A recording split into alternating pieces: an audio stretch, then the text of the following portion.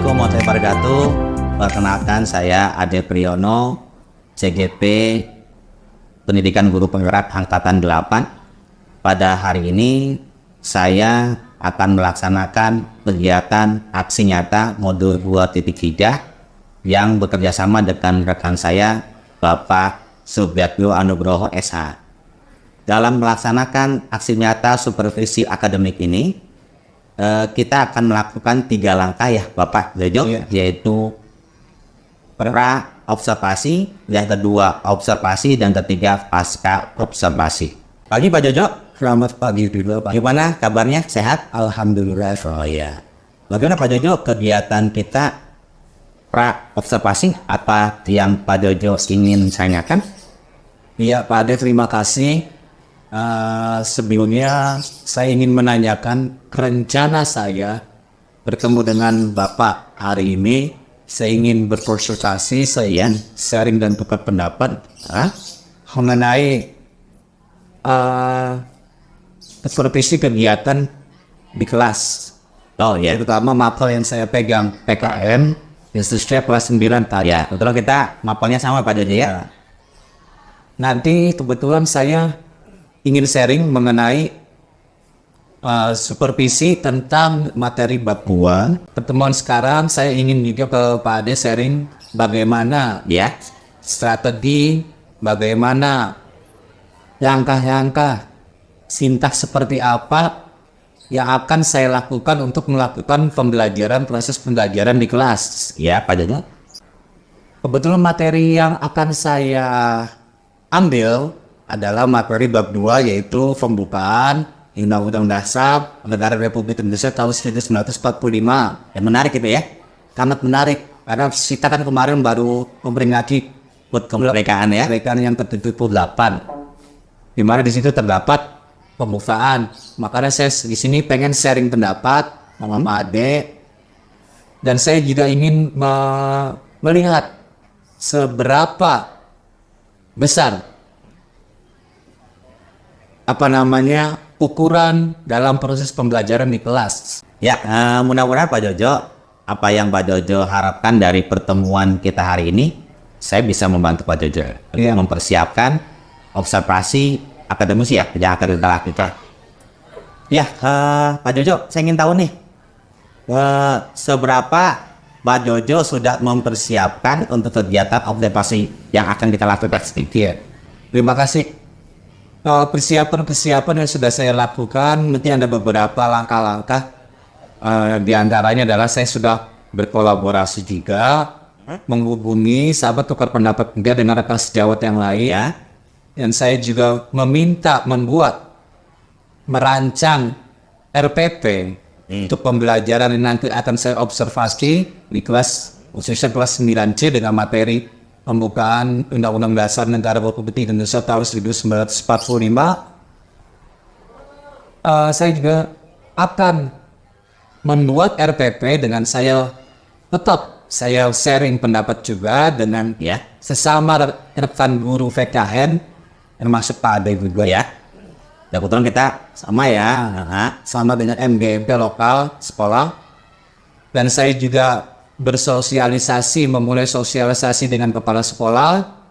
Saya meminta izin untuk menggunakan peralatan dalam media kepada Wakasek Sapras. Saya meminta izin kepada seluruh karyawan sekolah untuk hal tersebut. Ya. Pak Jojo, kenapa sih Pak Jojo memilih materi tersebut? Apa yang menariknya? Iya. Karena kenapa saya memilih materi tersebut? Karena menurut saya materi tersebut adalah materi yang sebenarnya ini materi adalah materi normatif. Tapi dalam prakteknya, dalam pengaplikasikan dalam lingkungan sehari-hari itu, peserta didik masih sulit untuk mengaplikasikan, untuk mempraktekkan sebagai apa itu perilaku, bagaimana itu sikap dalam menghadapi, dalam melihat pembukaan Undang-Undang Dasar 1945. Ya. Itu Pak. Nah, harapan Pak Jojo nih, target apa yang Bapak ingin harapkan terhadap murid setelah belajar materi tersebut?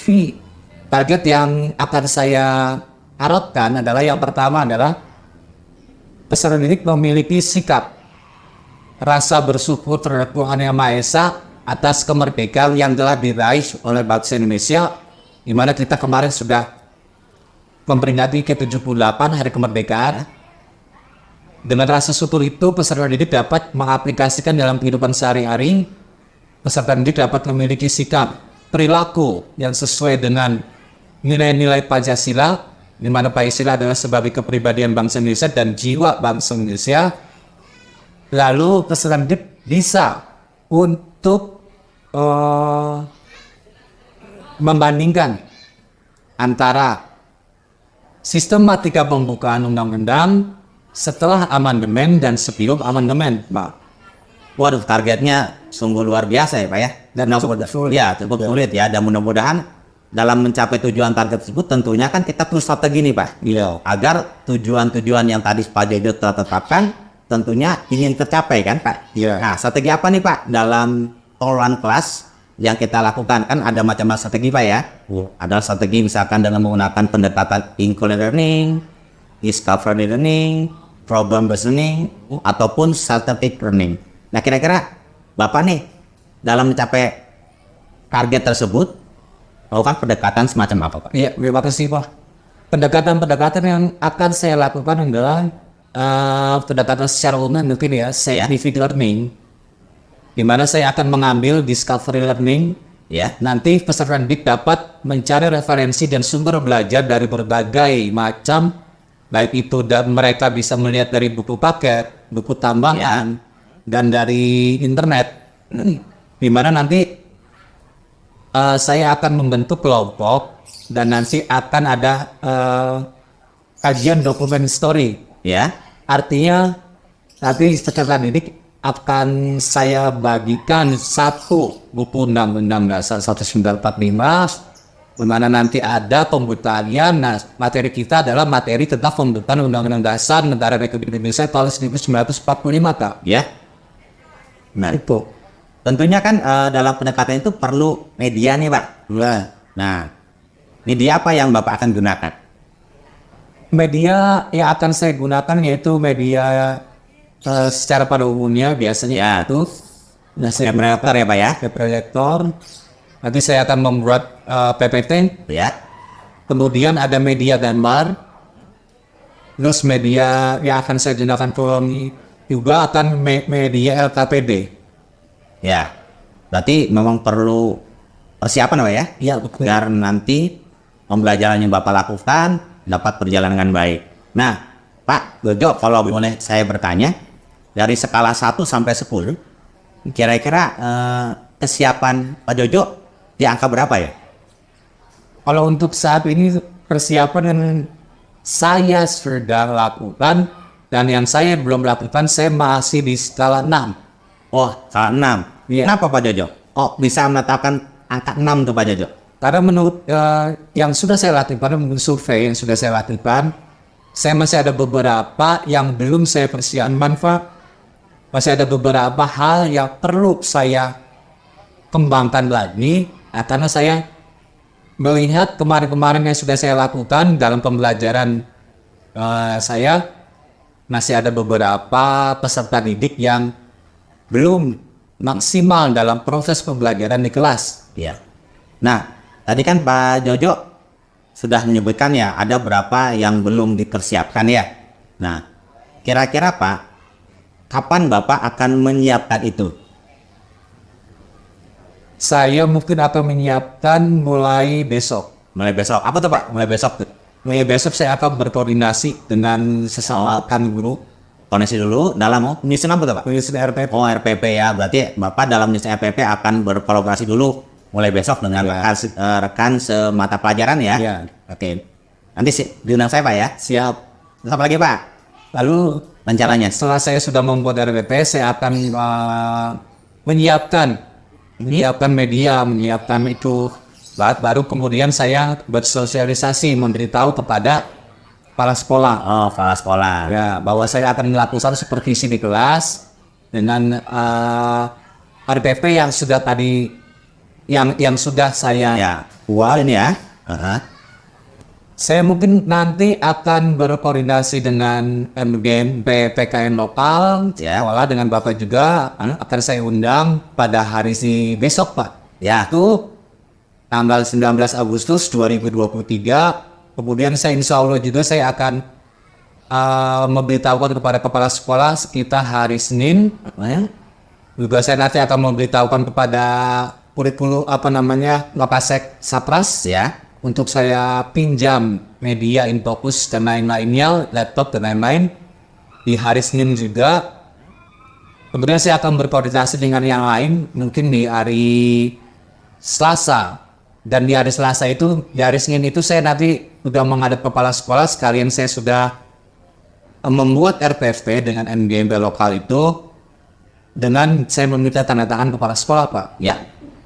Ya, Dan saya akan insya Allah saya akan melakukan observasi di kelas 9C pada jam ke-3 dan ke-4 di hari Kamis tanggal 24 24 ya, hari Kamis tanggal 24 ya, 23 udah ya. Ya, rencana Bapak itu sudah sangat detail ya tadi kalau boleh saya tegas kembali, Bapak berarti sudah berkolaborasi ya, pertama dengan rekan sejawat ya dalam bentuk MGMP lokal ya yang sama guru mata pelajaran PPKN. Kemudian Bapak juga akan menghubungi kepala sekolah, mengkomunikasikan tentang rencana observasi yang akan Bapak lakukan. Ya. Kemudian juga dengan Wakasek Sarana Prasarana tentang peminjaman ruang kelas pipa ya, pipa dengan proyektornya. Dan Bapak juga sudah mengatakan bahwa akan membuat ya RPP dengan media-medianya. Nah, mudah-mudahan Bapak mampu melaksanakan komitmen nih yang tadi Bapak sudah uraikan secara detail, dan Bapak mudah-mudahan diberi kelancaran dan kemudahan dalam melaksanakannya sehingga pada hari Kamis tanggal 24 Agustus 2023 Bapak bisa melaksanakan kegiatan observasinya dalam kelas dengan lancar, sehingga tentunya apa yang Bapak lakukan hari ini adalah mudah-mudahan akan berdampak juga kepada murid-murid Bapak dan manfaatnya akan dirasakan langsung oleh siswa-siswa Bapak. Mungkin itu Pak yang bisa saya bantu barangkali. Ada hal lain mungkin Bapak yang ingin saya sampaikan lagi, mungkin kita bisa bahas kembali. Mungkin hal lain nanti saya bisa menanyakan ya Pak ya. Ya. Strategi seperti apa baiknya untuk materi pembukaan itu Ya. seperti apa Ya. biar anak itu menyenangkan, biar pembelajaran di kelas itu anak tetap fokus Ya. anak bisa rileks Ya. itu nanti saya minta saran pendapat Bapak gitu. Ya, kita bisa luangkan waktu ya itu. Kemudian juga tadi Bapak sudah bagus tuh, selain melakukan pendekatan saintifik juga Bapak sudah melakukan sudah melakukan pembelajaran berdiferensiasi. Tapi kalau boleh Pak, selain ada pembelajaran berdiferensiasi juga ada namanya dikembangkan apalagi PPKN ya. Apa Pak yang perlu dikembangkan Pak? Selain berdiferensiasi juga kita saya butuhi kebutuhan mereka. Ada satu lagi Pak, sosial emosional. Nah, Ya, ini Bapak nanti saya akan mengambil Pak. Saya pernah baca Pak ya mengenai teknik ada namanya suatu teknik untuk mindfulness. Nah ya, mindfulness. Ya. Anak tuh terfokus ya. Ya. Nah, itu juga sampai gitu Pak. Jadi Dan belum saya lakukan. nah ini menarik tantangan nih. Nah, iya. Jadi mudah-mudahan kita nanti saya sendiri bisa melihat Bapak Oke. melakukan praktek tersebut. Ya sudah Pak, kalau tidak ada lagi yang bisa saya bantu ya, mungkin kita akhiri coaching observasinya ya. Sekali lagi saya mengucapkan selamat Pak, selamat menyiapkan segala satunya ya. Mudah-mudahan kita bertemu lagi pada saat observasi dalam kelas. Terima kasih Pak ya. Ya. Terima kasih Pak.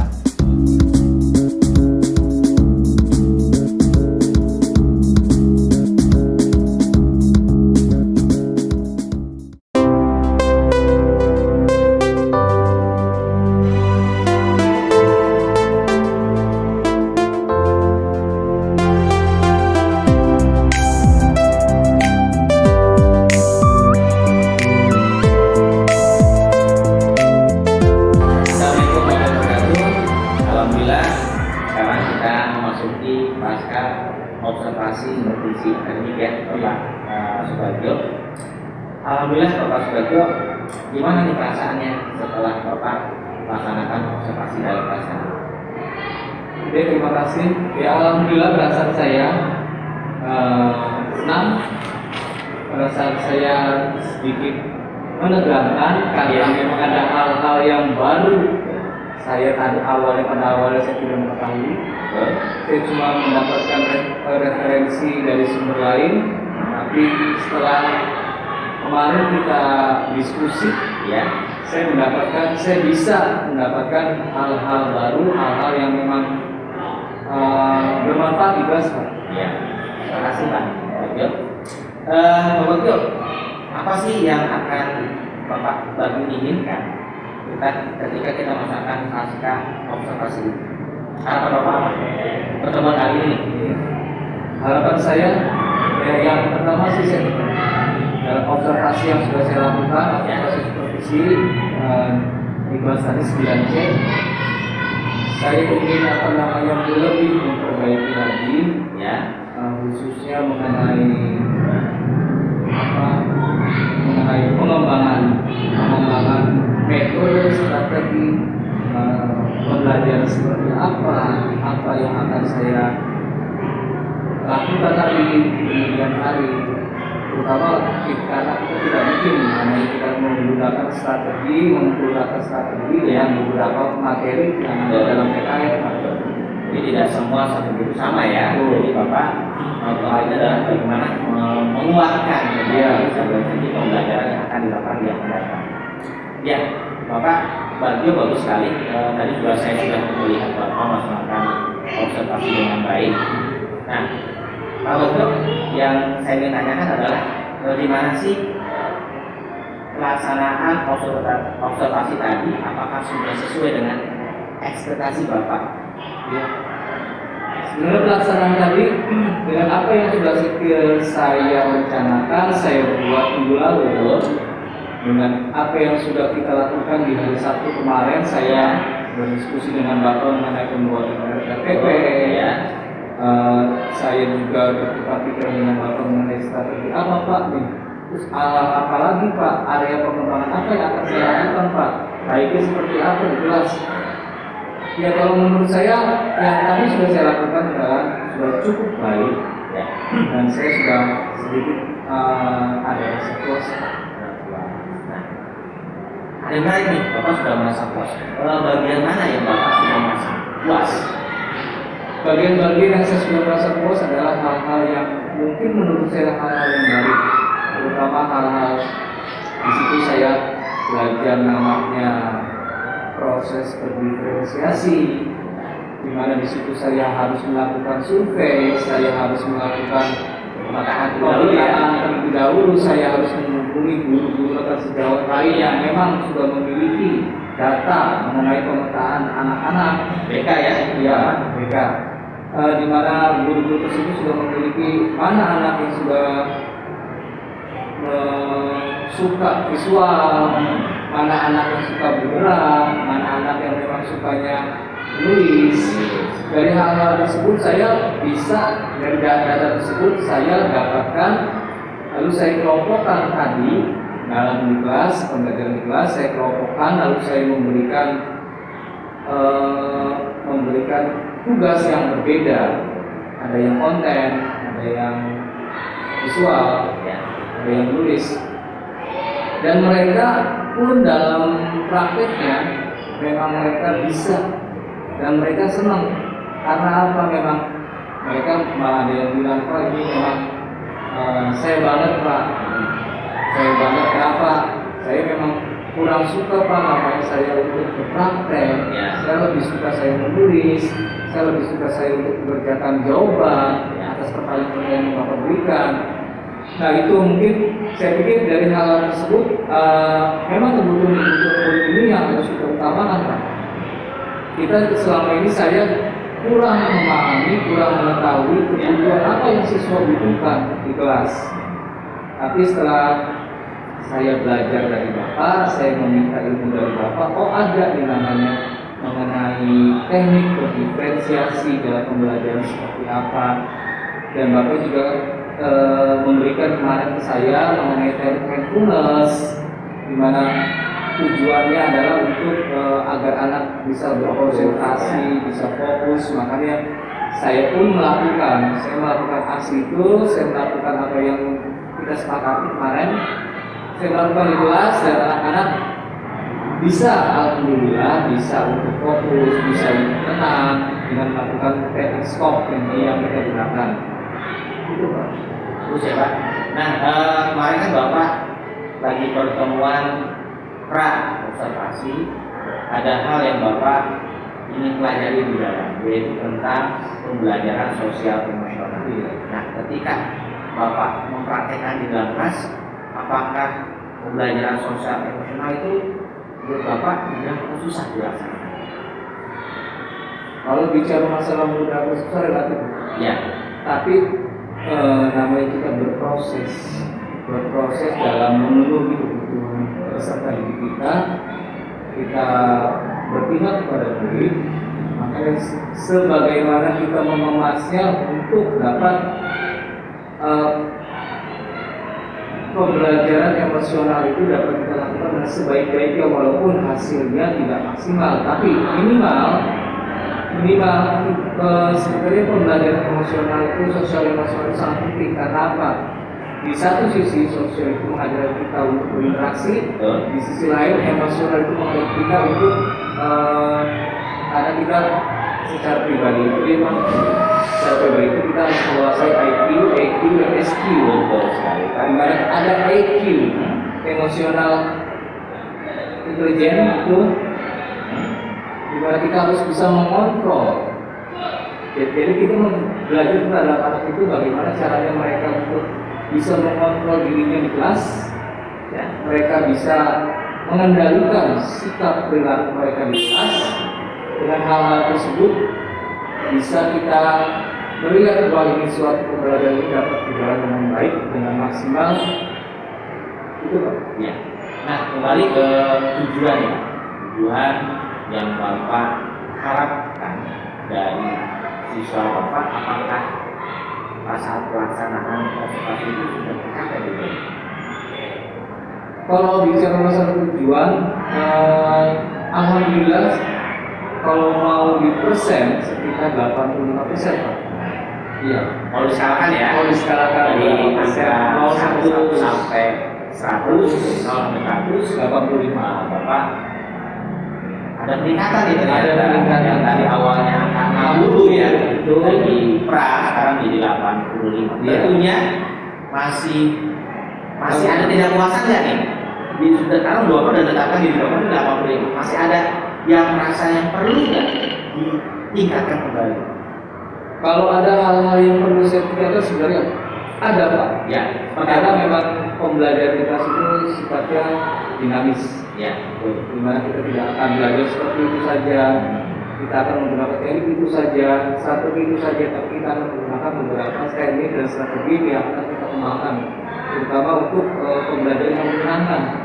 Karena memang pada saat pembelajaran yang menyenangkan di kelas itu memang sedikit agak sulit. Nah sekarang tugas saya pertama, saya bisa menciptakan pembelajaran di kelas itu lebih menyenangkan lagi, lebih berpihak pada murid, dan satu lebih memenuhi kebutuhan atas murid. Nah, menarik nih, Bapak akan lebih belajar akan lebih menyenangkan, akan lebih memenuhi kebutuhan akan murid Bapak. Nah, rencana Bapak untuk peningkatan ya, dari pembelajaran tadi, apa yang Bapak ingin tingkatkan dan rencana? Kalau yang mungkin yang pasti ini pasti ya Pak, yang akan saya tingkatkan adalah mengenai variasi dalam tugas dan variasi dalam strategi. Dimana nanti saya sudah dapat pikiran Pak. Nanti bagaimana pembelajaran itu kita menggunakan teknik BIMS, kita dapat melakukan pembelajaran dengan kalkulasi, kita berpraktek di luar. Oh iya, itu pakai di luar ya, jadi siswa itu tidak merasa jenuh ya, tidak merasa ada di apa saja. Karena di situ juga siswa dapat berkembang, baik itu secara ide kreatif maupun gagasan. Ya karena apa? Kita bisa Mungkin selama ini siswa itu sudah mendapatkan secara teori, tapi siswa itu minim akan praktek. Nah, di sini saya akan mengembangkan bagaimana caranya agar memang benar-benar tapi sesuai dengan keinginan siswa. Tuh, jadi pembelajaran kita lakukan memang harus sesuai dengan apa yang diinginkan siswa, apa yang diinginkan oleh siswa, sehingga pembelajaran kita lakukan adalah yang terbaik dan terbaik pada diri kita. Oke Pak, itu menarik sekali. Bapak sudah merencanakan ya apa yang Bapak akan lakukan. Nah, dalam melakukan perbaikan itu tentunya Bapak tidak bisa berjalan sendiri atau bisa melakukannya sendiri. Dengan siapa saja nih Bapak akan mencoba bukan menguatkan tadi meningkatkan kemampuan pembelajaran secara bervariasi, kemudian bagaimana juga bahwa pemetaan kebutuhan belajar siswa itu kan bisa juga lihat bukan saja dari profil ya Pak ya, bisa juga dari kesiapan belajarnya, dari minatnya, dan itu yang perlu juga Bapak tingkatkan. Nah, kira-kira dengan siapa aja nih Bapak akan mencoba meningkatkan kompetensi Bapak dalam pengembangan diri Bapak? Mungkin hal yang pertama yang saya lakukan dari dalam diri saya dulu Pak, Ya. saya akan mencari beberapa referensi, beberapa literasi, beberapa literatur, dan saya akan mengikuti pengembangan karir. Biasanya ada beberapa, kalau saya baca, saya dapat info, ada beberapa webinar, beberapa seminar mengenai pengembangan pembelajaran di kelas seperti apa strateginya, karena memang pendidikan kita itu memang dinamis ya Pak ya. Dari situ juga saya, selain dari dalam diri sendiri, saya juga nanti akan lebih berkolaborasi dengan rekan sesama guru, tapi bukan hanya dengan guru PKN saja Pak, Ya, betul. dengan guru yang lain. Karena memang kita satu, kita di sekolah sekretariat 1 tahun ini memiliki yang cita-cita harapan ya Pak. Harapan saya mungkin ada namanya komunitas praktis di sini yang khusus menangani masalah pembelajaran, terutama yang berpihak kepada murid, pembelajaran menyenangkan, seperti itu Pak. Dan nanti juga di situ di mana komunitas praktis itu ada beberapa guru, banyak guru, seluruh guru, karyawan, baik itu karyawan, guru, staf tata usaha, kepala sekolah, wakasek, dan mungkin nanti akan dilibatkan adalah biar lebih enak dan transparan adalah paguyuban orang tua. Betul ya. Jadi keterlibatan itu bukan hanya kepada gurunya saja, tapi kepada seluruh warga sekolah, bahwa untuk meningkat atau membangun sekolah yang baik itu tidak hanya harus dari gurunya, tapi juga partisipasi dari seluruh warga sekolah yang ada. Jujur saya amat apresiasi apa yang Bapak lakukan, mulai dari tahap pra, dan observasi dan hingga pasca ini. Dan kita memang harus tidak puas ya, kata kita harus tidak puas, untuk selalu bisa memperbaiki diri dari hari ke hari. Nah, sebelum mengakhiri sesi ini Pak, ada lagi nggak yang Bapak ingin tanyakan atau kita berdiskusi? Iya. Yang mungkin dari saya, yang ingin saya lebih untuk ditingkatkan lagi dalam masalah yang saya dalam pembelajaran khususnya itu lebih memacu anak dalam hal menanya. Teknik bertanya ya. Menanya. Mungkin nanti akan kita bahas dan diskusikan kembali bagaimana caranya agar peserta didik termotivasi untuk lebih banyak menanya. Sama tuh Pak, nanti kita akan mencoba belajar ya, dan pasti teknik gimana sih cara kita agar bisa menggugah siswa kita bisa bertanya, keberaniannya gitu ya. Karena dengan bertanya itu mungkin nanti siswa akan berani untuk berkomunikasi. Berkomunikasi, dan yang paling penting adalah selama pembelajaran tadi Pak, yang paling penting adalah bagi saya adalah refleksi. Itu adalah tujuan akhir kita dalam sebuah pembelajaran kelas. Refleksi bagaimana mahasiswa itu dapat bermanfaat, bermanfaatkan peserta didik itu mengenai pembelajaran yang sudah kita sampaikan.